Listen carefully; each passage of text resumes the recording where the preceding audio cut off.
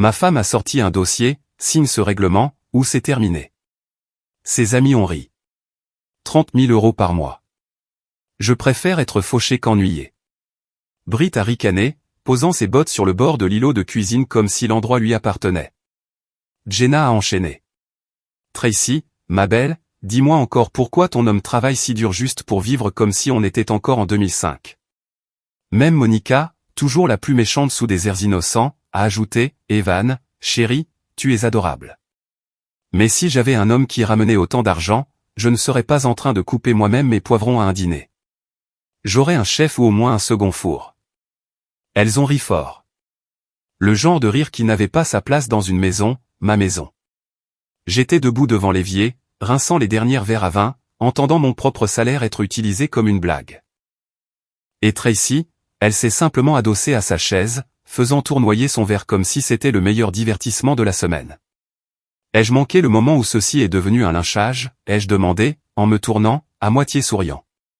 Oh, détends-toi, Evan, Brit m'a fait un signe de la main. On est juste franche. Ne sois pas si sensible. D'accord, j'ai dit, franche. Très bien. Eh bien, puisque nous sommes tous franches, rappelez-moi. Combien gagnent vos copains, déjà? Le rire a ralenti. Je veux dire, ai-je continué, marchant vers elle, la planche à découper toujours à la main. Jenna, ton mec ne t'a-t-il pas fait un virement 20 mots pour la moitié d'un sandwich Subway le mois dernier? Monica, je crois que ton dernier encart est parti pendant le dessert. Et Brit, eh bien, Brit, elle sort avec ses objectifs de carrière, n'est-ce pas? Je l'ai dit légèrement, mais l'effet a été brutal. Trop brutal. La pièce s'est refroidie. Les fourchettes se sont figées à mi-chemin. Même le jazz en fond sonore a semblé se mettre en sourdine. La voix de Tracy a tranché comme du verre. Evan. Je l'ai regardé. Ses lèvres ne bougeaient plus, mais le regard en disait assez. Pain, merci de t'être défendu. Pain, elles ont dépassé les bornes. Juste ce regard humilié, les mâchoires serrées, pointé vers moi. J'ai laissé échapper un petit rire silencieux. Bonne conversation, mesdames. J'ai dit, sortant dans le couloir alors que mon visage brûlait plus que le four que je venais d'éteindre. Cette soirée n'était pas censée se dérouler ainsi. C'était une petite réunion, juste 4 femmes que Tracy connaissait depuis l'université, quelques bouteilles de vin, et mes pâtes aux fruits de mère faites maison. Je l'attendais avec impatience d'une manière bêtement tranquille.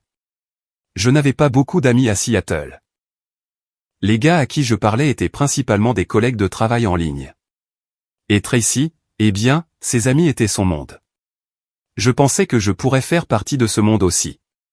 Mais je ne m'étais jamais senti autant comme un étranger que dans ma propre cuisine. Voici à quoi ressemblait ma vie, si cela vous intéresse. J'avais 33 ans, un bon crédit, je travaillais à distance pour une entreprise de technologie de taille moyenne dans les systèmes de back-end, bon salaire, pas d'enfants, une seule voiture. J'ai acheté cette maison il y a 3 ans avec un acompte réuni grâce à mes primes et mes nuits tardives. Ce n'était pas glamour, mais c'était chez nous. Et dans cette cuisine où j'aurais dû me sentir fier, je me suis senti moqué par des gens qui n'apportaient rien à table que du jugement et des tire-bouchons. Et Tracy, non seulement elle a laissé faire. Elle y a participé.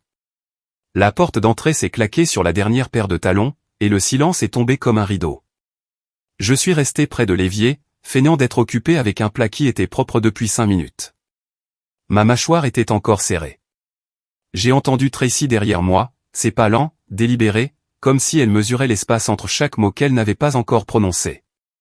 Waouh, dit-elle finalement, sa voix froide et désinvolte. Tu n'as pas pu t'en empêcher, n'est-ce pas? J'ai séché mes mains sur un torchon, lui tournant le dos. Oh, on commence par moi, et non par tes amis qui ont transformé notre dîner en soirée micro ouvert.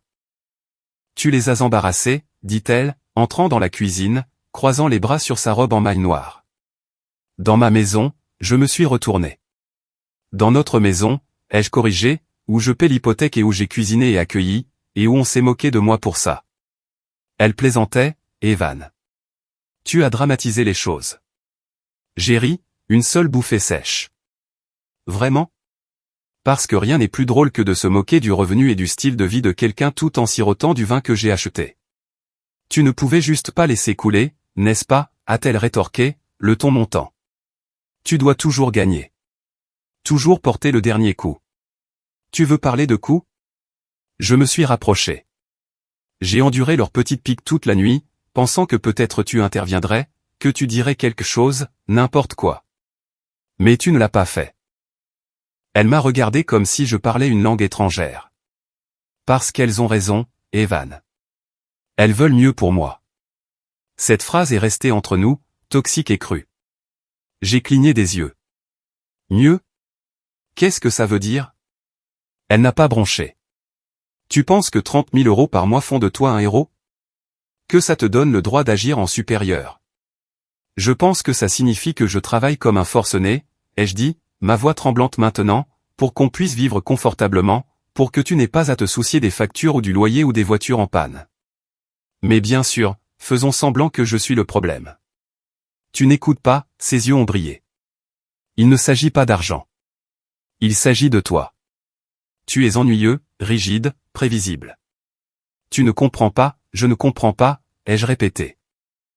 Je ne comprends pas ce que ça fait de travailler dur, de rentrer à la maison et d'être moqué par des gens qui n'ont jamais construit quoi que ce soit dans leur vie. Elles sont là pour moi, a-t-elle sifflé. Plus que tu ne l'as été depuis des mois. Ma poitrine s'est serrée. Alors, tu veux mesurer l'amour au nombre de fois où elles prennent ton parti pendant une soirée vain. Au moins elle me voit, a-t-elle claqué. Je l'ai fixée. Tu veux dire qu'elle te dise ce que tu veux entendre? Que tu mérites un yacht et un nouveau-né et un homme qui est probablement fictif. Elle a frappé le comptoir de sa paume, bruyamment. Je mérite de me sentir vivante, Evan. Et je mérite une femme qui me soutient, ai-je dit, plus doucement maintenant. Qui ne rit pas quand je suis déchiré par des gens que j'ai invités chez moi. Tracy a détourné le regard, clignant rapidement des yeux. Tu ne comprends juste pas ce dont j'ai besoin. Non, ai-je dit en reculant. Peut-être pas, mais je sais ce dont je n'ai pas besoin, et ce sont 3 étrangères qui décident de ma valeur pendant que ma femme les laisse faire. Elle est restée là, respirant par le nez, les yeux brillants mais défiants. C'est pour ça qu'elles disent que tu es trop sensible. Tu pars en vrille pour la moindre petite chose. Non, Tracy, ai-je dit en secouant la tête. Je remarque les petites choses, qui rit, qui reste silencieux, qui défend, qui ne défend pas, silence à nouveau. Un silence profond et lourd qui n'invitait pas à la paix. Juste à la pause. Elle a attrapé son verre sur la table d'appoint et a bu une gorgée, les yeux fixés sur le sol. Je vais me coucher. Bien sûr, ai-je murmuré. On ne voudrait pas rester coincé dans une pièce avec quelqu'un qui gagne 30 000 € par mois. Elle s'est détournée, mais pas avant que je voie son expression se tordre. Quelque chose entre le regret et la rage. Je suis resté là, longtemps après que la porte de la chambre se soit fermée. Le bourdonnement du réfrigérateur remplissait l'espace entre toutes les choses que nous n'avions pas dites. Je ne me sentais même plus en colère, juste vide. J'ai erré dans le salon, éteint les lumières tamisées et je me suis affalé sur le canapé. J'avais construit cette vie en pensant qu'elle était solide. Il s'avère que c'était du papier sur des fissures, et les fissures commençaient à parler. 2 jours plus tard, j'étais assis dans mon petit bureau à domicile, écoutant à moitié une réunion d'ingénierie sur Zoom tout en parcourant mes alertes bancaires. Je n'étais d'humeur pour aucun des deux, honnêtement. Après vendredi soir, les choses s'étaient calmées. Aucune excuse de Tracy, juste de la distance. Un évitement poli dans la cuisine. Une étrange paix de plastique. C'est là que je l'ai vu. Un prélèvement de 7 142,28 € vers une plateforme de paiement que je ne reconnaissais pas effectué samedi après-midi. Ma carte, mon compte. J'ai coupé mon micro, me suis penché en arrière et j'ai fixé l'écran. Quelques secondes ont passé avant que je ne me lève et sorte dans le couloir. Tracy pliait du linge sur le canapé, fredonnant doucement une playlist que je ne reconnaissais pas. Elle a levé les yeux quand je suis entré. Et, j'ai dit calmement. Petite question. Bien sûr, a-t-elle répondu, sans lever les yeux. Tu as utilisé ma carte ce week-end? Cela l'a fait s'arrêter. Elle a levé les yeux, cligné une fois, puis a haussé légèrement les épaules. Oui, j'ai dû. Dû, ai-je répété. Pourquoi faire? Elle n'a pas bronché. Jenna et Monica traversent une mauvaise passe. Britt aussi. Elles sont en retard sur leur loyer et la mère de Jenna est malade. Je leur ai dit que je les dépannerais. Je les fixais. Tu leur as donné 7000 euros. Tracy a haussé un sourcil. Ce n'est pas comme si ça allait te manquer. Mon cœur a littéralement manqué un battement. Tu es sérieuse? Elle a posé la serviette et a croisé les bras. Tu parles toujours de ta stabilité. 30 000 euros par mois, n'est-ce pas? Alors, pourquoi agis-tu comme si je t'avais volé? Parce que tu l'as fait, ai-je dit. Tu m'as pris de l'argent sans demander pour renflouer tes amis? Ce sont mes amis, a-t-elle claqué. Et elles étaient en difficulté. Que étais-je censé faire? Les laisser se faire expulser? Oui, ai-je explosé. Tu étais censé les laisser gérer leur propre bazar, ou du moins, demander à ton mari avant de siphonner la moitié d'un revenu mensuel. Tracy s'est levée, les yeux se plissant. Waouh, d'accord, donc l'argent compte plus pour toi que les gens. Non, ai-je dit. Mais les limites comptent. La confiance compte. Elles avaient besoin d'aide, a-t-elle répété. Et elles sont plus ma famille que la moitié des gens de ma lignée. Et je suis quoi, ai-je demandé. Ton distributeur automatique? Ne sois pas si mélodramatique. C'était ça. Ce fut la phrase qui a fait exploser quelque chose en moi. J'ai marché jusqu'à la table d'appoint, j'ai pris mon téléphone et, sans un mot de plus, j'ai ouvert mon application bancaire. Qu'est-ce que tu fais? A-t-elle demandé en me regardant. Je change tous les mots de passe, ai-je dit doucement. Je bloque les cartes. Je gèle ton accès. Sa mâchoire est tombée. Tu réagis de manière excessive. Non, ai-je dit, continuant à taper. Je corrige. Tu me punis parce que je me suis soucié d'elle, a-t-elle sifflé. Non, je me protège d'être utilisé, j'ai levé les yeux. Il y a une différence. Elle est passée devant moi, a attrapé son téléphone sur la table basse et l'a jeté sur le canapé. Tu attendais une excuse pour faire cette saloperie, n'est-ce pas? A-t-elle crié. Tu as toujours voulu le contrôle. Cela t'a juste donné une raison. Tu m'as donné une raison, ai-je dit. À la seconde où tu as décidé que le loyer de tes amis était plus important que notre confiance. Elle a attrapé un oreiller décoratif et l'a lancé contre le mur. Tu es tellement égoïste et tu es imprudent. J'ai rétorqué, et manipulateur et imbu de tes droits. Et si c'est à ça que ressemble le fait d'être vu pour toi, bonne chance pour trouver quelqu'un d'autre pour financer la vie de tes amis. Nous sommes restés là, respirant bruyamment. Je pouvais sentir la fissure qui avait commencé vendredi se fendre droit au milieu du sol entre nous. Très bien, dit-elle, sa voix redevenue de glace. Tu veux des murs? Construis-les. Et elle est partie. La porte de la chambre a claqué. Je n'ai pas suivi. Je suis retourné à mon bureau, je me suis assis et j'ai fixé l'écran de connexion de notre compte commun, maintenant désactivé. Et j'ai ressenti quelque chose de nouveau. Pas de la colère, pas de la trahison, de la clarté. J'ai entendu le cliquetis doux d'une fermeture éclair bien avant de la voir. Il était un peu plus de 8 heures un dimanche matin. Le soleil n'avait même pas encore complètement percé les nuages, et la maison gardait encore ce silence lourd et tranquille, celui qui suit une tempête. Tracy se tenait au pied des escaliers, sa valise droite à côté d'elle, son sac fourre-tout jeté sur une épaule. Elle portait le même legging de yoga et le même sweat à capuche gris qu'elle mettait d'habitude pour rendre visite à ses amis. Mais cette fois, la façon dont elle se tenait, le menton levé, les yeux secs, me disait que ce n'était pas un voyage rapide. Je n'ai pas parlé, je me suis juste appuyé contre le chambranle de la porte du couloir, les bras croisés. Elle a finalement brisé le silence. Jenna arrive dans 10 minutes. J'ai hoché la tête une fois. Et c'est là que tu vas. Elle a haussé les épaules, mais ce n'était pas désinvolte. C'était froid. Elle a dit que je ne devrais pas avoir à vivre dans un endroit toxique. Toxique, ai-je répété, platement. Bien sûr. Tracy a incliné la tête comme si elle attendait que j'argumente ou que je m'excuse ou que je la supplie. Je n'ai fait rien de tout cela. Au lieu de cela, j'ai dit, tes amis ne sont pas un filet de sécurité, Tracy. Ce sont les termites qui rongent les fondations de ce mariage. Ses yeux ont vacillé, mais seulement une seconde. Elles m'ont plus soutenu que tu ne l'as fait depuis des mois. Elles ont été plus manipulatrices, ai-je rétorqué. Plus imbues de leurs droits, plus intéressées à t'utiliser pour valider leur propre misère. Elles sont ma famille, a-t-elle claqué. Non, ai-je dit en m'approchant. C'est un miroir dans lequel tu te contemples pour ne pas avoir à regarder ta propre réflexion.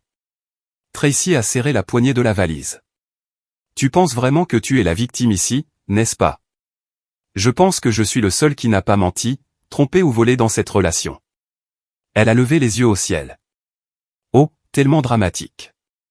J'ai senti les mots monter, pointus, furieux. Mais je les ai ravalés.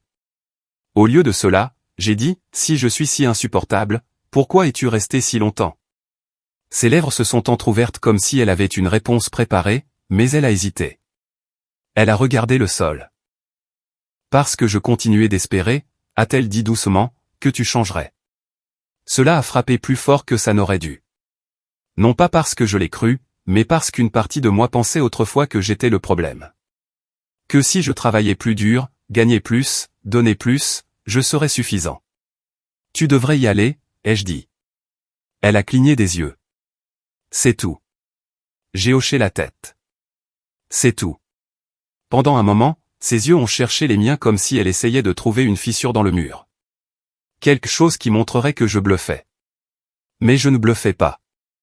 J'en avais fini. Dehors, une voiture a klaxonné 2 fois. Tracy a serré la poignée de sa valise, l'a roulée vers la porte et s'est arrêtée, la main sur le bouton. Toujours pas de larmes, pas de grand adieu, juste sa voix, plate et définitive. Tu vas le regretter. J'ai incliné la tête. Non, Tracy, je regrette d'avoir laissé les choses en arriver là. Elle n'a pas répondu. La porte s'est ouverte, puis s'est refermée. Et juste comme ça, la maison était à nouveau silencieuse. Pas calme. Silencieuse. Il y a une différence. Le calme est paisible, choisi, immobile. Le silence est ce qui reste quand tout ce qui est familier est parti, et vous restez là, au milieu, vous demandant ce qui vient de s'effondrer. C'était jeudi matin quand j'ai remarqué que le porche était plus froid que d'habitude. J'étais assis là, enveloppé dans ma veste en flanelle, une tasse à café ébréchée dans une main, regardant le brouillard rouler sur le trottoir humide comme de la fumée. Les arbres bordant la rue avaient commencé à perdre leurs feuilles. De petites confessions rouges et oranges éparpillées sur le trottoir. Tout semblait plus tranquille maintenant. Non pas le genre de silence que Tracy avait laissé derrière elle, mais un silence plus profond, plus immobile. Celui qui s'installe lorsque la colère s'éteint et qu'il ne reste que l'écho de vos propres questions. Je ne lui avais pas parlé depuis qu'elle était partie. Pas un appel, pas un SMS, juste le silence. Et honnêtement, je n'étais même pas sûr de ce que je dirais. Le plus difficile n'était pas le vide de la maison.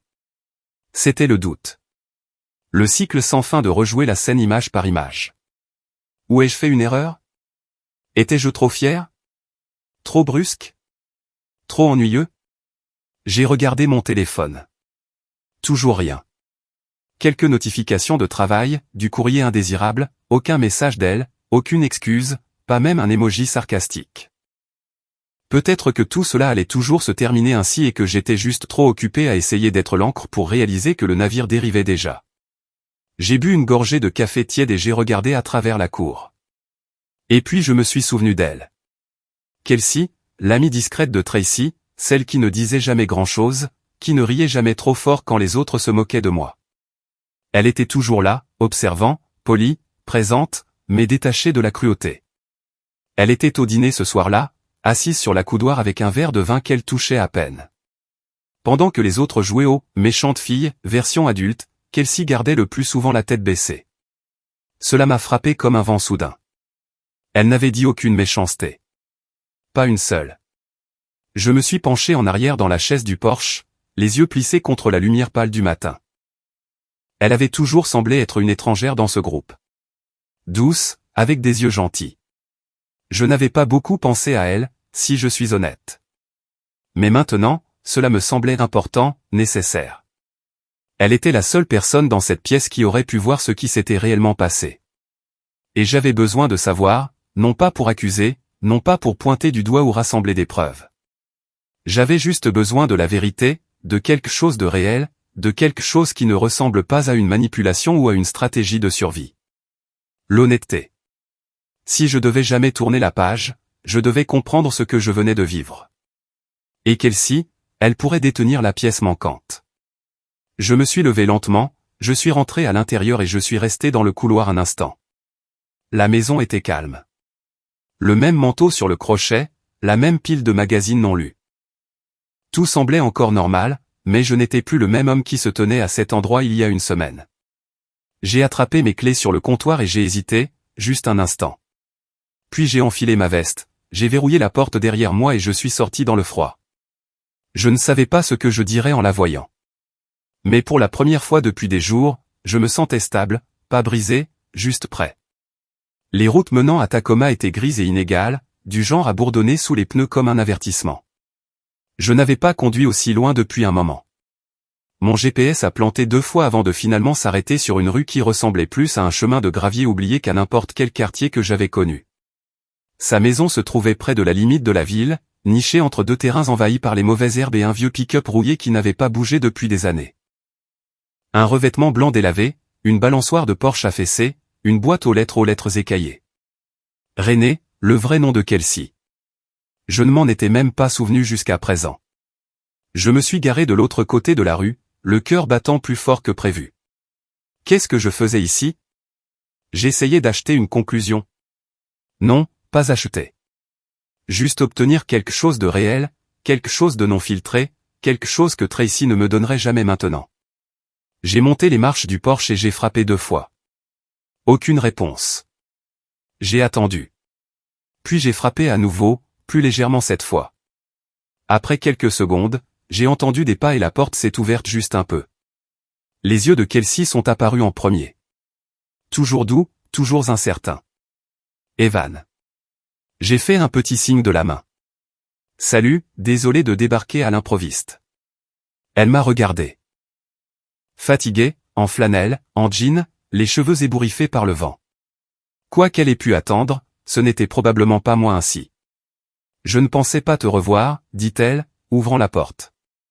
Moi non plus, ai-je répondu. Mais j'avais besoin de te demander quelque chose. Et je ne pouvais plus laisser ça me hanter. Elle s'est écartée, m'invitant à entrer.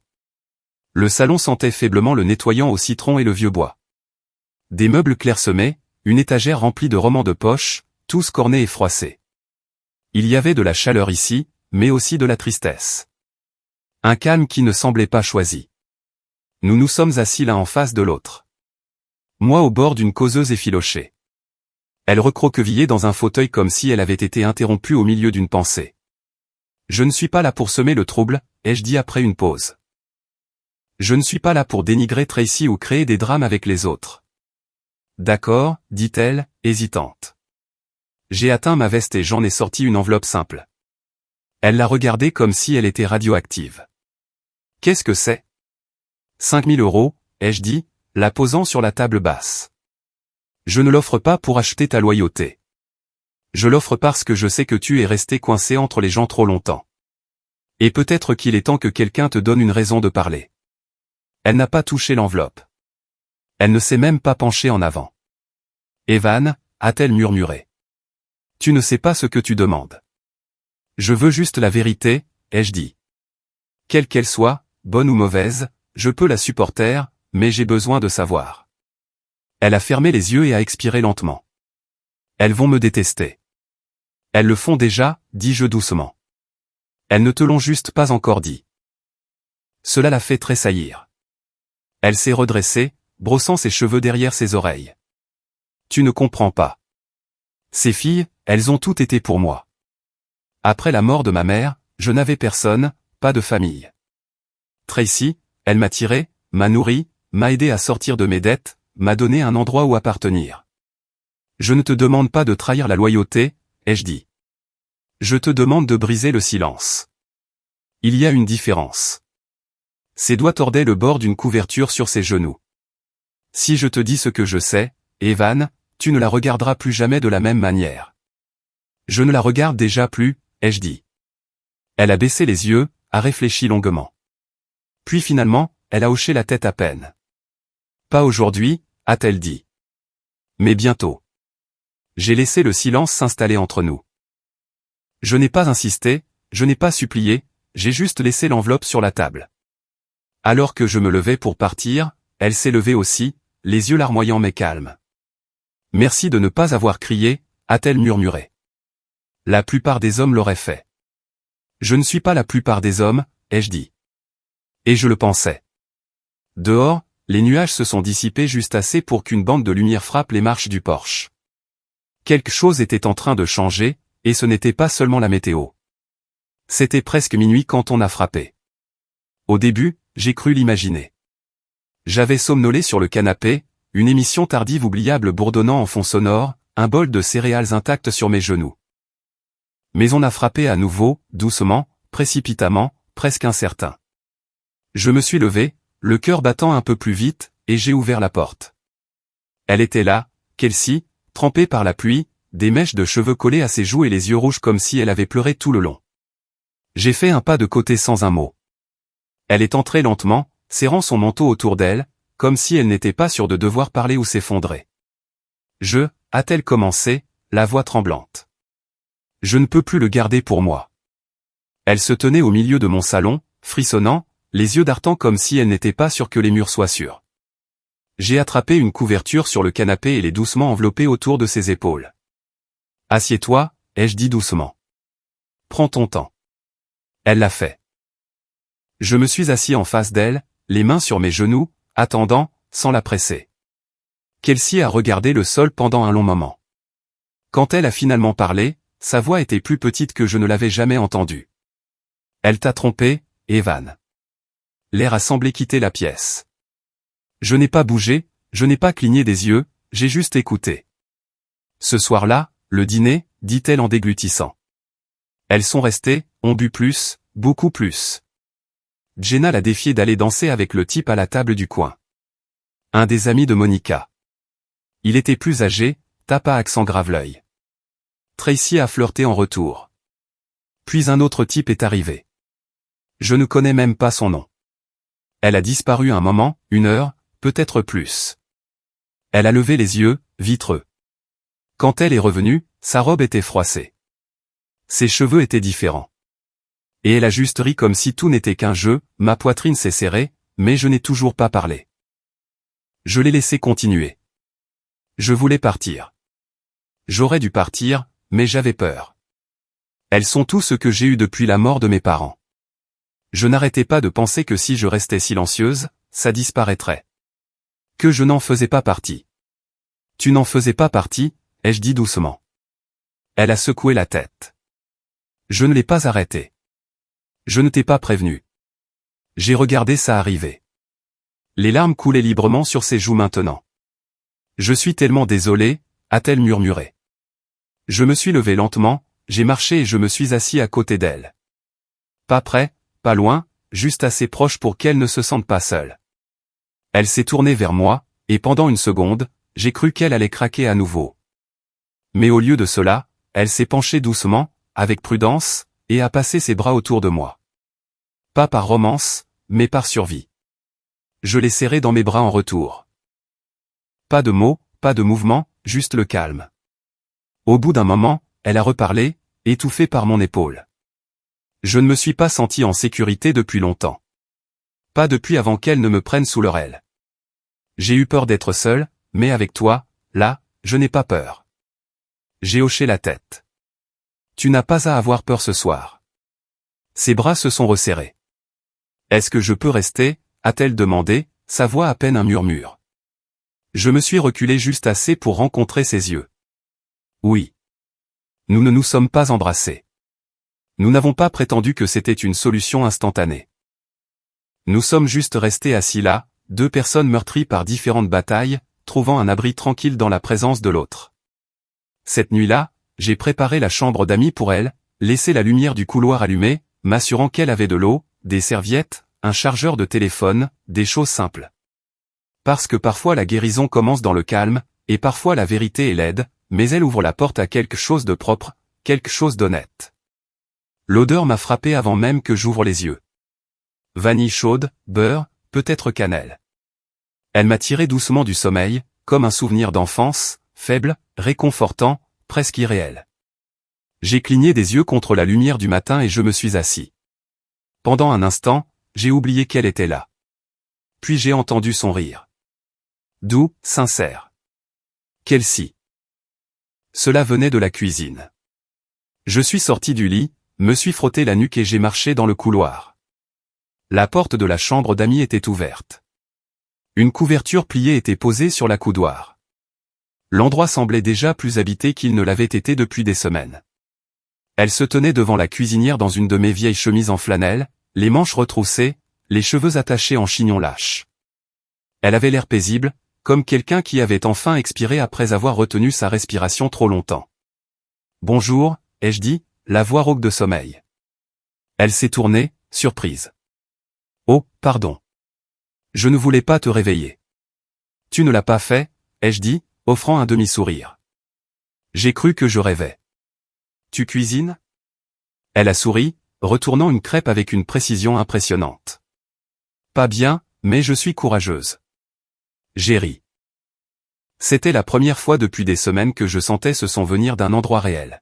« J'espère que tu acceptes les crêpes et le sirop douteux, » a-t-elle ajouté, jetant un coup d'œil à la bouteille de marque inconnue sur le comptoir. « C'est parfait, » ai-je dit. Elle a posé une assiette devant moi un instant plus tard, puis m'a rejoint à table, tasse à la main. Il y avait une quiétude entre nous, mais pas de gêne, juste la sécurité. Un calme entre deux personnes qui avaient cessé de prétendre qu'elles n'étaient pas fatiguées de faire semblant. « Merci de m'avoir laissé rester », a-t-elle dit doucement. « Tu n'as pas à me remercier d'avoir eu besoin de paix, » ai-je répondu. Nous avons mangé tranquillement pendant quelques minutes, les fourchettes tapotant, la lumière du soleil se répandant sur les carreaux de la cuisine. La maison ne semblait plus hantée. Plus tard cet après-midi-là, j'étais assis seul dans mon bureau, fixant mon ordinateur portable. Les coordonnées de Tracy étaient toujours en haut de ma liste de favoris. J'ai hésité une seconde. Puis j'ai cliqué ailleurs. À la place, j'ai ouvert le portail de mon avocat. Je n'ai pas hésité. Je n'ai pas tergiversé. J'ai déposé une demande de divorce. Pas de note de colère. Pas de déclaration dramatique. Juste une décision claire et nette, comme appuyer sur « Envoyer » pour un email en retard. Juste fini. Cette nuit-là, j'ai prévenu Kelsey. Elle n'a pas dit grand-chose, elle a juste hoché la tête lentement et a dit « Bien ». 3 jours se sont écoulés tranquillement jusqu'à ce que Tracy envoie un SMS, « Dîner. Toi, moi et les filles. » Jeudi soir, 19h30, bistrot. Ne sois pas en retard. Soyons adultes. Pas de point d'interrogation. Pas d'explication. Kelsey a vu le message s'allumer sur mon écran pendant que nous regardions un film. Elle te teste, a-t-elle dit sans tourner la tête, pour voir si tu vas rejouer ton rôle. Pas cette fois, ai-je répondu. Mais j'étais curieux. Je n'y allais pas pour conclure. J'y allais pour y mettre fin correctement. Le bistrot était tout en verre et à la lumière des bougies, le genre d'endroit avec des amuse-gueules trop chers et des serveurs qui jugeaient vos chaussures avant votre commande. Je suis arrivé à 19h28, vêtu d'une chemise boutonnée anthracite et d'une paire de bottes que je n'avais pas portées depuis notre dîner d'anniversaire l'année dernière. L'hôte m'a guidé vers la table du fond près de la cheminée. Et elles étaient là, Tracy et ses 3 meilleures critiques. Jenna, dans une tenue à paillettes, m'a souri comme si j'étais un chiot perdu. Monica n'a même pas levé les yeux de son téléphone. Britt a ricané dès qu'elle m'a vu, sirotant déjà quelque chose de couleur fluo, l'air suffisant. Tracy, elle était assise droite, posée, les lèvres peintes en rouge comme si elle jouait un rôle dans un drame judiciaire. « Tu es venu », dit-elle comme si j'étais arrivé pour négocier une libération d'otages. J'ai dit que je viendrais, ai-je répondu, tirant une chaise en face d'elle. Un dernier dîner. Tracy a fait un geste vers le centre de la table. Alors, restons simples. Elle a glissé un document tapé vers moi. Propre, agrafé, titre en gras, attente mutuelle et normes conjugales révisées. J'ai haussé un sourcil. C'est un contrat. C'est une liste de conditions, dit-elle.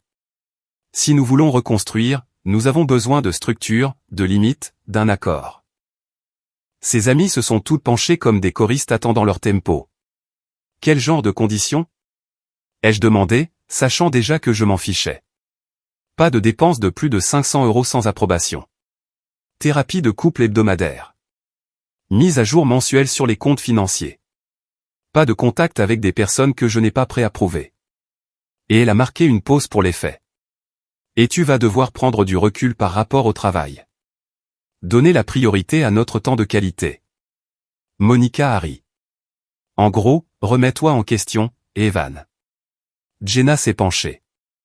C'est juste. Elle est généreuse. J'ai regardé la pile de papier comme si elle avait rampé hors du sol.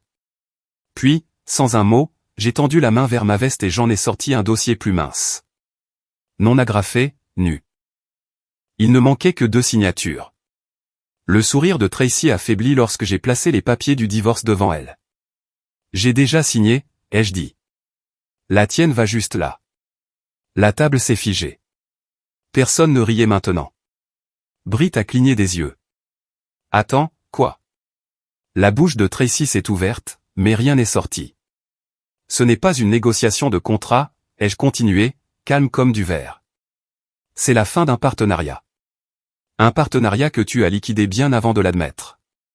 Elle a finalement retrouvé sa voix. Tu es sérieux? J'ai hoché la tête. Complètement? Jenna a ricané. Tu as apporté des papiers de divorce au dîner? Cela m'a semblé approprié, ai-je dit. Puisque tu as amené des témoins. Tracy m'a regardé fixement, les yeux écarquillés, les mains tremblantes.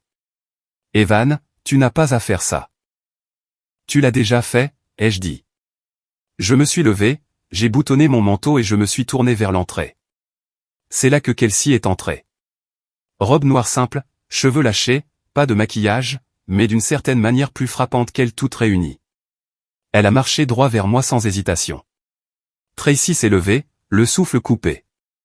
Tu l'as emmenée? Non, ai-je dit. Elle est venue d'elle-même. Je lui ai juste offert le trajet. Kelsey a glissé son bras autour du mien.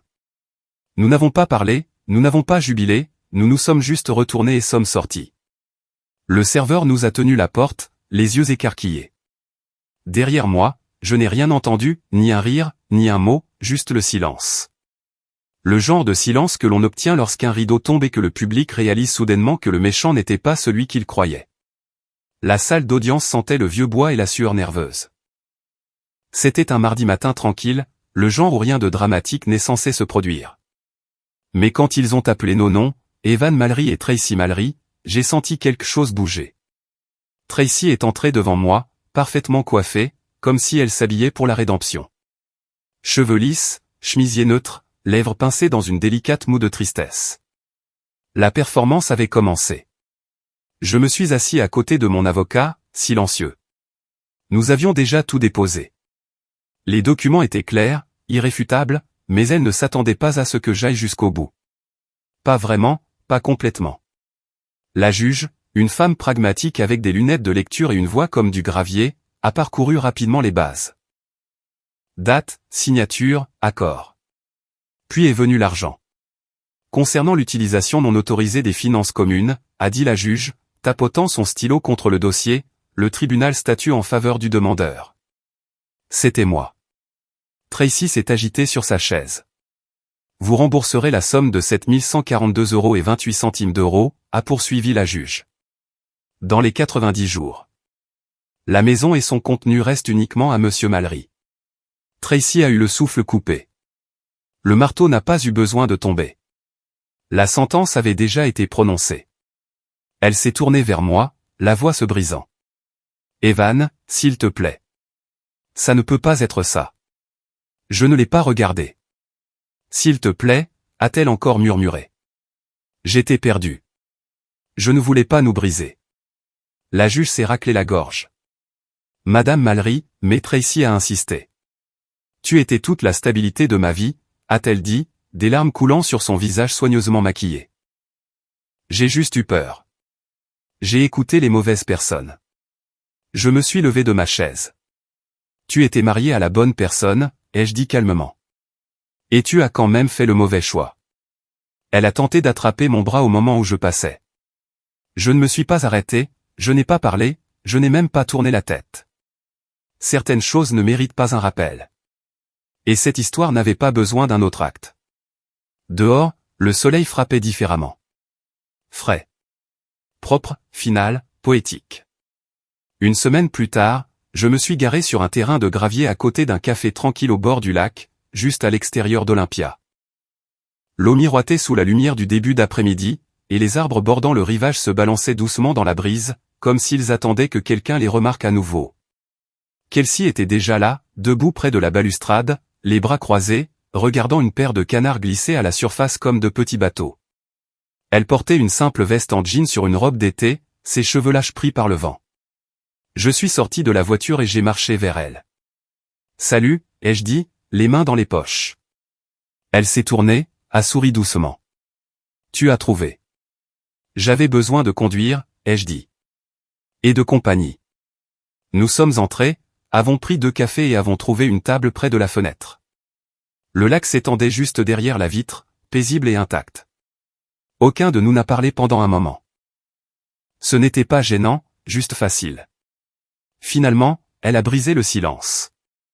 J'ai eu des nouvelles de Jenna, dit-elle, remuant lentement sa boisson. Elle a découvert que je t'avais parlé.